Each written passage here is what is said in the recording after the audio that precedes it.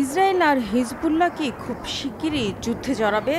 হামলা, পাল্টা হামলা, হুমকি আর পাল্টা হুমকির কারণে এমন শঙ্কা দেখা দিয়েছে। একদিকে যখন হিজবুল্লাহকে ভয়াবহ মূল্য দিতে হবে বলে হুমকি দিয়ে রেখেছে ইসরায়েল, তখন অন্যদিকে ইরানের হুঙ্কার, হিজবুল্লাহ আর লেবাননে হামলা হলে ইসরায়েলকে চরম পরিণতি ভোগ করতে হবে। এমন অবস্থায় গাজা ইসরায়েল যুদ্ধের পর মধ্যপ্রাচ্য কি আরও একটি যুদ্ধ দেখবে? আরও রক্তপাত, আরও প্রাণহানি আর বিপুল ধ্বংসযজ্ঞ দেখবে? প্রশ্ন উঠেছে, ইসরায়েল হিজবুল্লাহ কি সরাসরি পূর্ণমাত্রায় যুদ্ধে জড়াবে? আর তেমনটা হলে এর পরিণতি কতটা ভয়াবহ হবে? শুধু কি লেবানন আর ইসরায়েলি মৃত্যু আর ধ্বংস দেখবে, নাকি তা ছড়িয়ে পড়বে গোটা অঞ্চলে?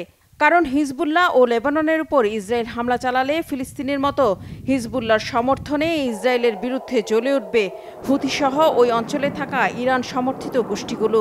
এমনকি যুদ্ধে সরাসরি জড়িয়ে পড়তে পারে ইরানও। আর তেমনটা হলে তা গোটা মধ্যপ্রাচ্যে কিয়ামত নিয়ে আসবে বলে মনে করছেন বিশ্লেষকরা। নতুন করে এই ভয়াবহ পরিস্থিতির সূত্রপাত শনিবার ইসরায়েলের দখল করা গোলান মালভূমিতে ফুটবল খেলার মাঠে রকেট হামলায় শিশুসহ 12 ইসরায়েলি নিহতের পর।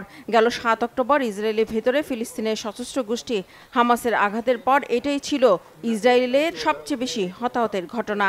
এই হামলার জন্য হিজবুল্লাহকে দায়ী করেছে ইসরায়েল। এরই মধ্যে লেবাননে হিজবুল্লাহর বিভিন্ন লক্ষ্যবস্তু, অস্ত্রের ভান্ডার আর বিভিন্ন অবকাঠামোতে রাতভর বিমান ও মিসাইল হামলা চালিয়েছে ইসরায়েল।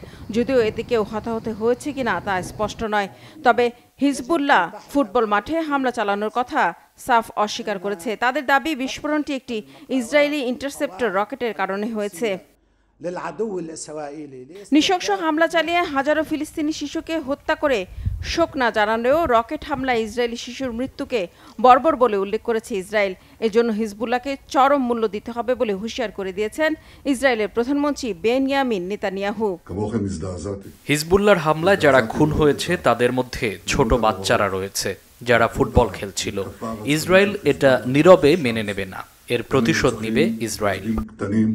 হিজবুল্লাহর সাথে সর্বাত্মক যুদ্ধের হুঁশিয়ারি দিয়েছে ইসরায়েলি সেনা কর্তৃপক্ষ। তবে তাদের এই হুমকির পর চুপ নেই ইরান। পাল্টা হুঁশিয়ারি দিয়ে ইরানের সর্বোচ্চ নেতা আয়াতুল্লাহ আলী খামেনি সাফ জানিয়ে দিয়েছেন, লেবানন আর হিজবুল্লাহর উপর হামলা হলে ইসরায়েলকে চরম পরিণতি ভোগ করতে হবে।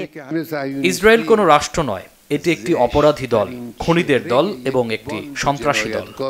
ইরান ছাড়াও এরই মধ্যে লেবাননকে সমর্থন দিয়েছে মিশরও। আরও রক্তস্নান এড়াতে সব পক্ষকে সর্বোচ্চ ধৈর্য ধরার আহ্বান জানিয়েছে জাতিসংঘ। সংস্থাটি বলছে, এই যুদ্ধ হলে তা পুরো অঞ্চলকে অকল্পনীয় বিপর্যয়ের মুখে ফেলে দেবে।